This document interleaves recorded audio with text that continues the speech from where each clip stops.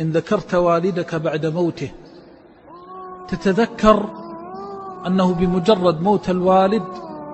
فقد ابتدأت برا جديدا، وهو البر بعد الموت،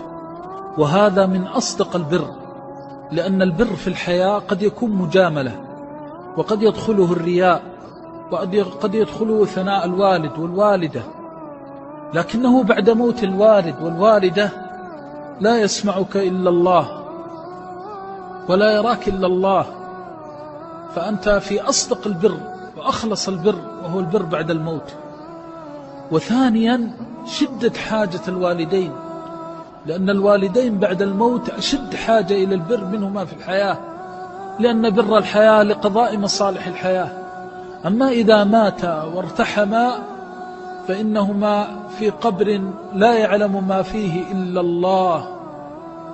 فالرحمة الواحدة منك والدعوة أن الله يرحمهما تساوي شيئا كثيرا. وكم من أب في ظلمة قبر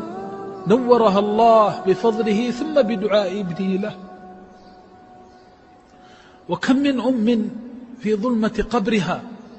وضيق لحدها نور الله عليها وأفسح لها بفضله ثم ببر أولادها لها.